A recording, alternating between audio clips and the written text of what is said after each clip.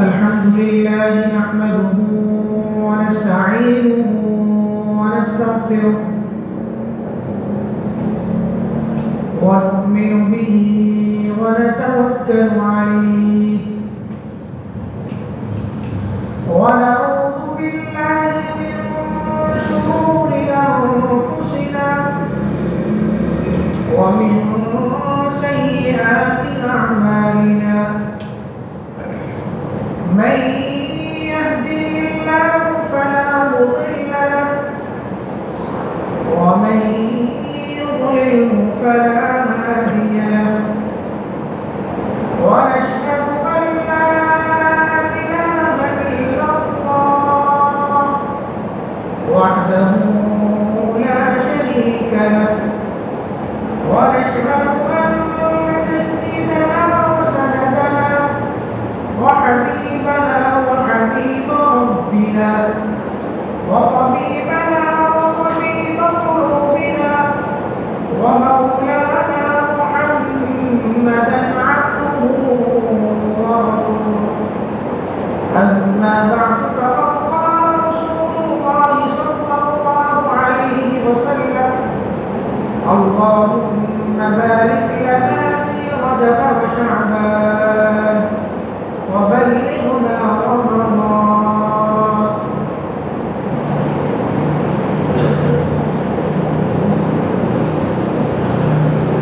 جیسا کہ آپ حضرات کو معلوم ہے کہ رمضان کی آمد ہے اور ماہ رمضان شروع ہونے میں زیادہ بھی باقی نہیں، نصف مہینہ باقی ہے اور انتہائی مبارک مہینہ، انتہائی عظیم الشان مہینہ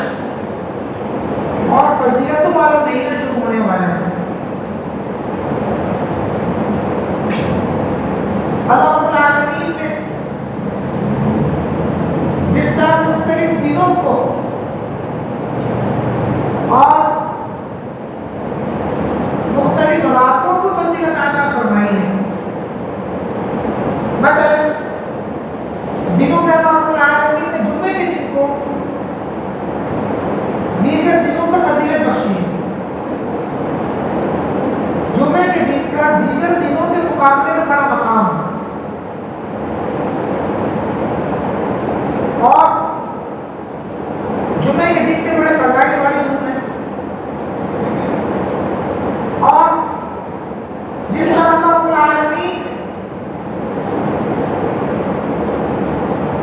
عاشورہ کے دن کو فضیلت بخشی ہے دیگر ایام پر، اور جس طرح سے حجہ کے ابتدائی 10 ایام کو اللہ رب العالمین نے فضیلت بخشی ہے، اور اسی طریقے سے مختلف راتیں ہیں جنہیں سال کی دیگر راتوں پر فضیلت حاصل ہے، جیسے شب برات کو سال کی دیگر راتوں پر فضیلت حاصل ہے، اور شب برات میں عبادت کا الگ ہی مقام اور مرتبہ ہے، اور اسی طرح عید الفطر کی رات کو، عید الاضحیٰ کی رات کو، اور دیگر بہت سی راتیں ہیں اور بہت سے دن ہیں جنہیں اللہ رب العالمین نے دیگر ایام پر فضیلت بخشی ہے، اور ان میں عبادت کا بڑا مقام اور مرتبہ ہے۔ اسی طرح مہینوں میں اللہ رب العالمین نے رمضان کو بھی فضیلت بخشی ہے، رمضان کے دیگر مہینوں کے مقابلے میں بڑا مقام اور بابرکت مہینہ ہے، انتہائی بابرکت مہینہ ہے۔ رمضان علماء نے لکھا کہ مومن کے لیے موسم بہار ہے۔ رمضان عبادت کا سیزن ہے، اور سیزن میں کس طرح ایک سمجھدار آدمی جب سیزن آنے والا ہوتا ہے تو پہلے سے ہی سیزن کی تیاری شروع کر دیتا ہے۔ وجہ یہ ہے کہ اگر سیزن کی تیاری وہ پہلے سے نہیں کرے گا بلکہ سیزن میں کرے گا تو سیزن میں اسے زیادہ نفع نہیں ہوگا۔ اسی طرح رمضان بھی جو کہ عبادت کا ایک سیزن ہے، عبادتوں کا مہینہ ہے، اللہ نے فرمایا کہ رمضان میرا مہینہ ہے، رمضان کو میرے لیے خالص کرو۔ روایت میں آتے ہیں کہ نبی علیہ السلام رمضان کے شروع ہونے سے پہلے ہی رمضان کی تیاری شروع فرما دیا کرتے تھے، اور بڑے اہتمام کے ساتھ مصروفیات کو الگ کر کے عبادت کے لیے وقت نکالا کرتے تھے، اور عبادت کو بہت زیادہ بڑھا دیا کرتے تھے۔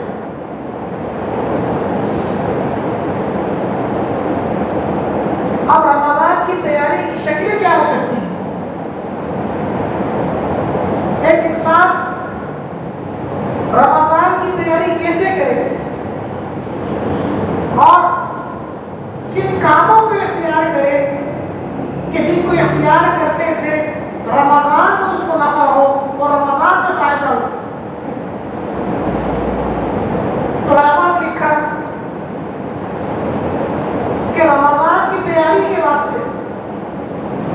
کچھ کام ہیں، انسان اگر ان کو کر لے تو اس کا رمضان اچھا گزرے۔ ان میں سے پہلی چیز یہ ہے کہ روایت میں آتا ہے کہ نبی علیہ السلام جب رجب کا چاند دیکھتے تھے تو اس دعا کا بڑا اہتمام فرمایا کرتے تھے، اللہم بارک لنا فی رجب و شعبان وبلغنا رمضان، کہ اے اللہ رجب اور شعبان میں ہمیں برکتیں عطا فرما، اور رجب اور شعبان کو ہمارے لیے مبارک بنا دے، اور ہمیں رمضان تک پہنچا دے، ہمیں رمضان تک پہنچا دے۔ کیونکہ کتنے ایسے لوگ ہیں کہ جو شعبان تک تو پہنچے لیکن رمضان نصیب نہیں پہنچے۔ رمضان ایسا بابرکت مہینہ اور ایسا مہینہ کہ جس میں اللہ رب العالمین کی رحمت کثرت سے متوجہ ہوتی ہے، اللہ نیکیوں کے ثواب کو بدرجہ بڑھا دیا کرتے ہیں۔ کتنے ایسے لوگ ہیں جنہیں رمضان نصیب نہیں ہوتا اور دنیا سے رخصتی ہو جاتی ہے رمضان شروع ہونے سے پہلے۔ نبی علیہ السلام کی دعا فرمایا کرتے تھے، اللہم بارک لنا فی رجب و شعبان وبلغنا رمضان، ہمیں رمضان تک پہنچا دیجئے، رمضان بھی ہمیں نصیب ہو جائے، رمضان کی جو نعمتیں ہیں اور رمضان میں جو آپ نے انعامات رکھے وہ ہمیں کامل عطا فرما دیجئے۔ اسی طرح روایت میں آتا ہے کہ جب رمضان کا مہینہ قریب آتا تھا، جب رمضان شروع ہونے میں کچھ دن باقی ہوتے تھے تو نبی علیہ السلام ایک دعا کا اہتمام فرمایا کرتے تھے کہ اللہم سلمنی رمضان وسلم رمضان لی وسلمہ لی متقبلا، کہ اے اللہ سلمنی رمضان، مجھے رمضان کے لیے سلامت رکھیے، سلامتی کے ساتھ مجھے رمضان حاصل ہو جائے، وسلم رمضان لی، اور رمضان کو بھی میرے لیے سلامت رکھیے۔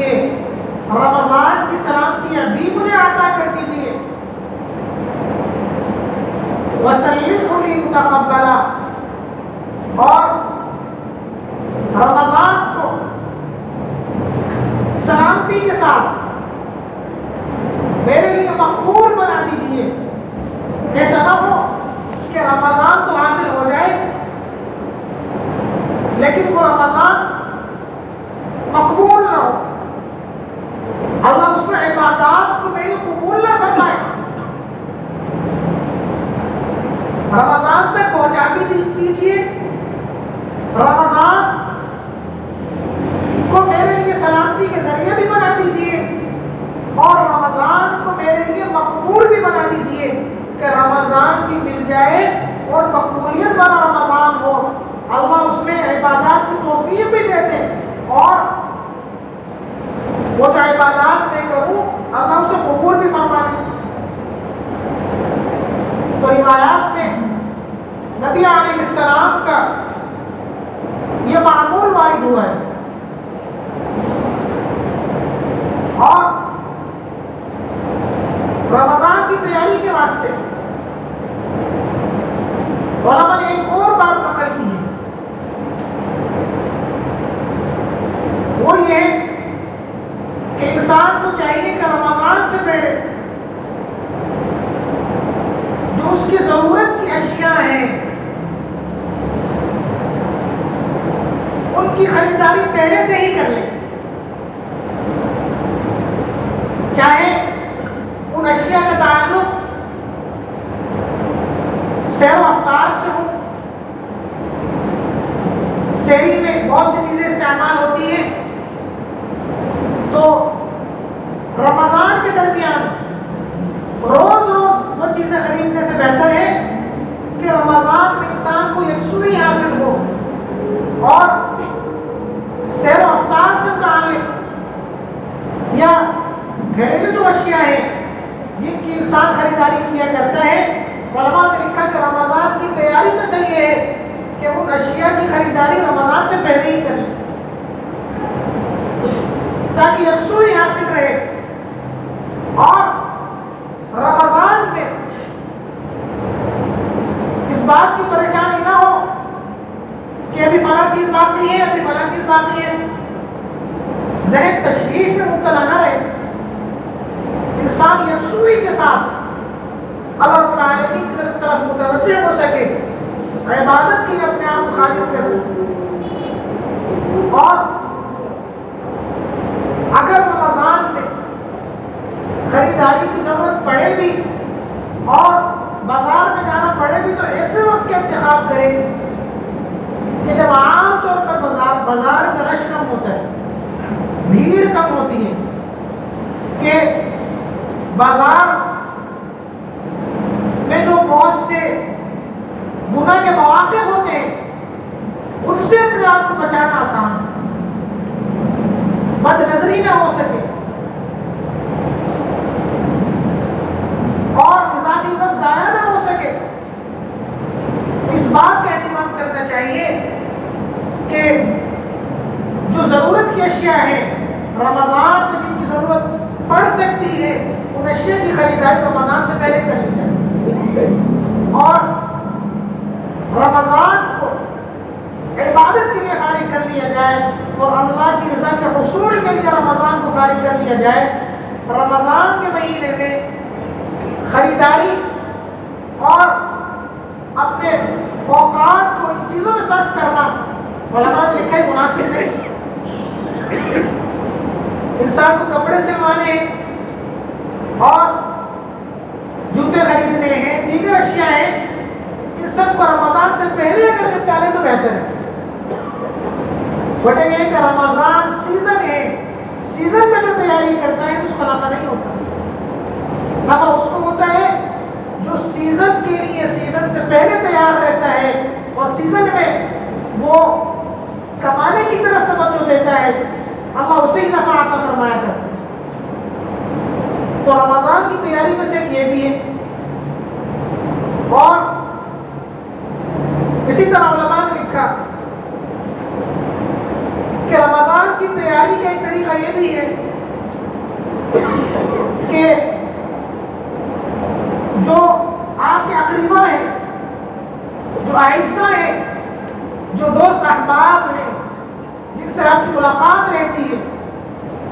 اور جن سے ملنا روزانہ ضروری نہیں ہے،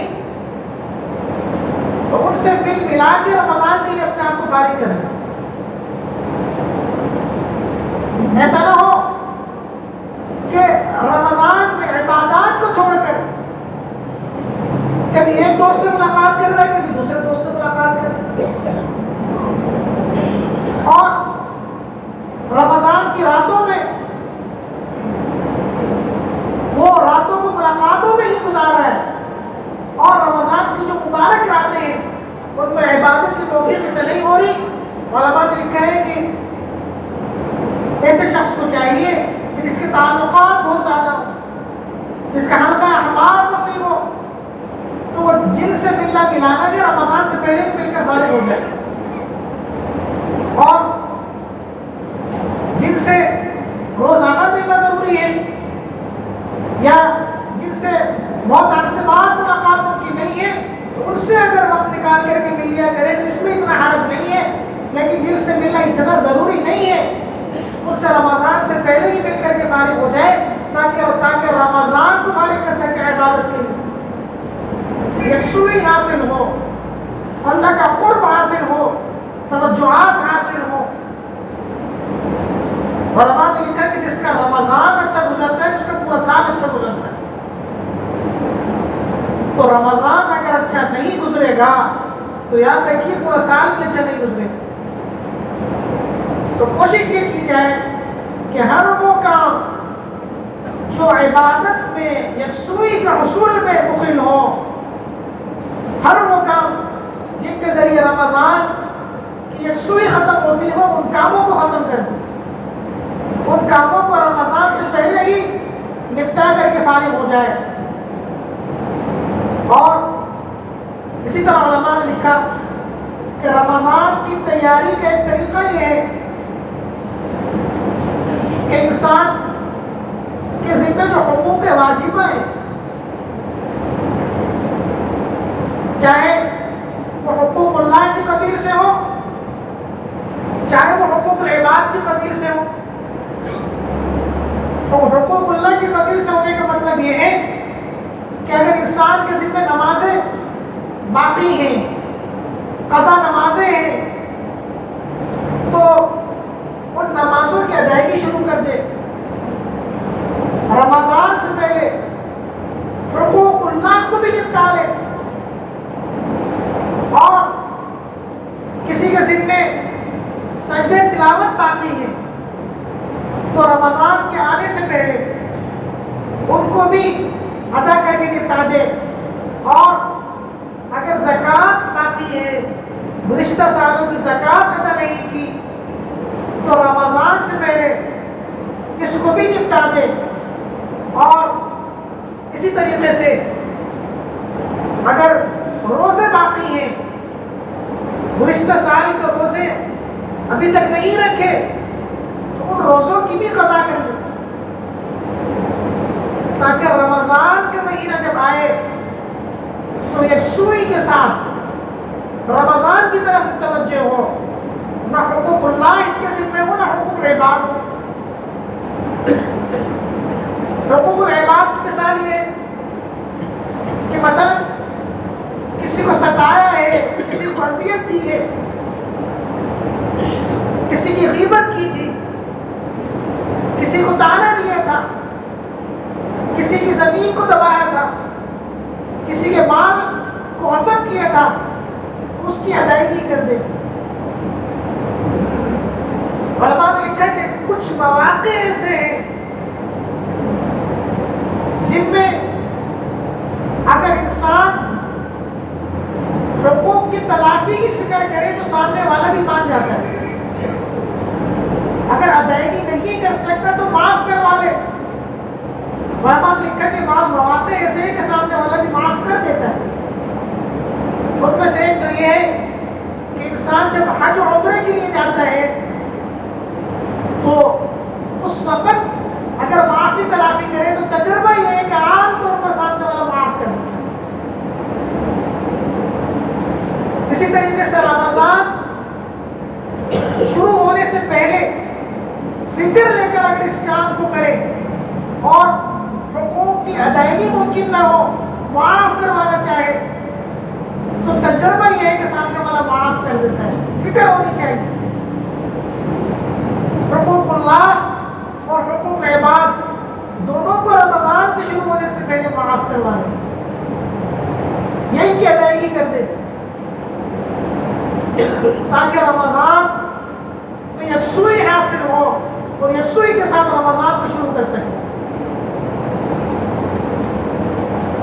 اور علماء نے لکھا کہ رمضان کی تیاری کا ایک طریقہ یہ ہے، اور رمضان سے پہلے اپنے آپ کو عبادت کے لیے فارغ کرنے اور عبادت کے لیے اپنے آپ کو تیار کرنے کا ایک طریقہ یہ ہے کہ انسان اس سے جتنے گناہ صادر ہوئے ہیں ان سے توبہ کرے اور اللہ تعالیٰ کے سامنے اپنی شرمندگی کو رکھے اور اللہ تعالیٰ سے معافی طلب کرے. اور علماء نے لکھا کہ توبہ کے 3 ارکان ہیں. توبہ کے 3 ارکان ہیں. اگر وہ 3 ارکان پائے جائیں تو توبہ کامل ہو جاتی ہے. پہلا رکن یہ ہے کہ ندامت. گناہ ہو گیا، شرمندگی کا اظہار ہو، اس پر ندامت ہو،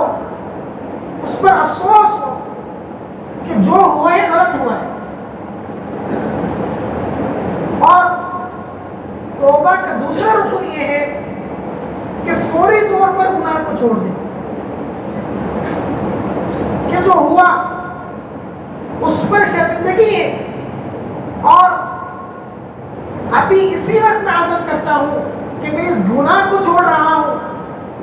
اور آئندہ اس گناہ کو نہیں کروں گا. ایسا نہ ہو کہ توبہ تو کر رہا ہے اور گناہ بھی ساتھ ساتھ کر رہا ہے، استغفار بھی پڑھ رہا ہے اور گناہ میں بھی مبتلا ہے. توبہ کامل اس وقت ہوتی ہے جب ندامت بھی ہو، فوری طور پر گناہ کو چھوڑ بھی دے، اور تیسرا رکن یہ ہے کہ آئندہ گناہ کو نہ کرنے کا عزم ہو کہ جان تو چلی جائے گی لیکن آئندہ گناہ کے قریب نہیں جاؤں گا. تو علماء نے لکھا کہ رمضان کی تیاری کا ایک طریقہ یہ ہے کہ جو گناہ ہو گئے ان سے اللہ تعالیٰ سے معافی طلب کرے کہ اللہ ماضی میں جو ہو گیا اس پر میں شرمندہ ہوں، اپنی ندامت آپ کے سامنے رکھتا ہوں، پشیمانی آپ کے سامنے رکھتا ہوں، فوری طور پر گناہ کو چھوڑنے کا ارادہ کرتا ہوں اور آئندہ بھی عزم کرتا ہوں کہ گناہ کے قریب بھی نہیں جاؤں گا. اور پھر اس حالت میں رمضان کے اندر داخل ہو اور پھر رمضان کے جو انوارات ہیں، رمضان کی جو برکات ہیں، رمضان کے جو ثمرات ہیں، علماء نے لکھا کہ اللہ تعالیٰ اسے عطا فرما دے، اللہ تعالیٰ اسے عطا فرما دے. اور رمضان کی تیاری کا ایک طریقہ علماء نے یہ لکھا کہ انسان کو چاہیے کہ رمضان کے شروع ہونے سے پہلے اس بات کی بھی تعین کر لے کہ میں نے تراویح جیسا اہم فریضہ کہاں انجام دینا ہے. تراویح جیسی اہم عبادت میں نے کہاں انجام دینی ہے، اس بات کی بھی پہلے سے تعین ہو. ایسا نہ ہو کہ رمضان شروع ہو جائے اور پہلے سے یہ سوچا ہوا نہ ہو کہ تراویح میں نے کہاں پڑھنی ہے، اور پھر کسی ایسی جگہ تراویح شروع کر دے جہاں قرآن کا لفظ بھی سمجھ نہ آتا ہو، جہاں قرآن کا ذوق لگنا تو کچھ، قرآن سے تنفر بڑھے اور قرآن اس انداز میں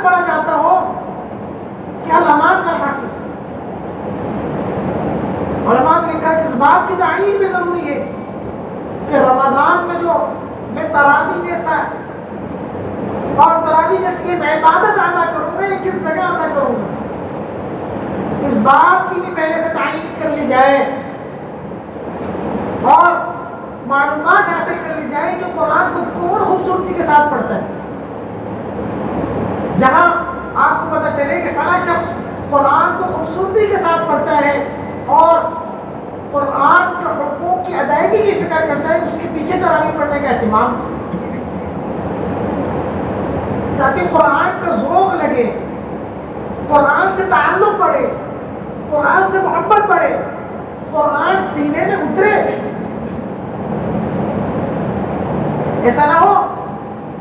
کہ قرآن سے تنفر بڑھے اور یہ ذہن میں ہو کہ کوئی ایسی جگہ میں تلاش کر لوں جہاں کچھ ہی دنوں میں قرآن پورا ہو جاتا ہو اور قرآن چاہے سمجھ میں آئے یا نہ آئے کسی طریقے سے قرآن سننے کی جو سنت ہے اس کو میں اپنے سر سے اتار دوں. ایسا نہ ہو.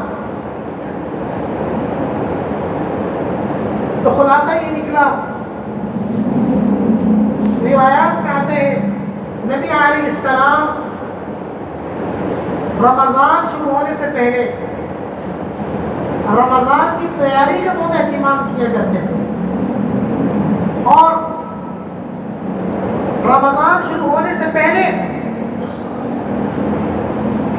عبادات کو بڑھا دیا کرتے تھے اور عبادت کے لیے اپنے آپ کو فارغ کرنے کی ہر ممکن کوشش کیا کرتے تھے اور کوئی بھی ایسا کام جو عبادت میں مخل ہو، علماء نے لکھا کہ اسے رمضان سے پہلے ہی انجام دے دینا چاہیے. تو ہماری بھی یہ کوشش ہو کہ رمضان کی تیاری ابھی سے شروع کر دیں اور رمضان کی جو مصروفیات ہیں ان کو ہم عبادت کے لیے فارغ کریں اور رمضان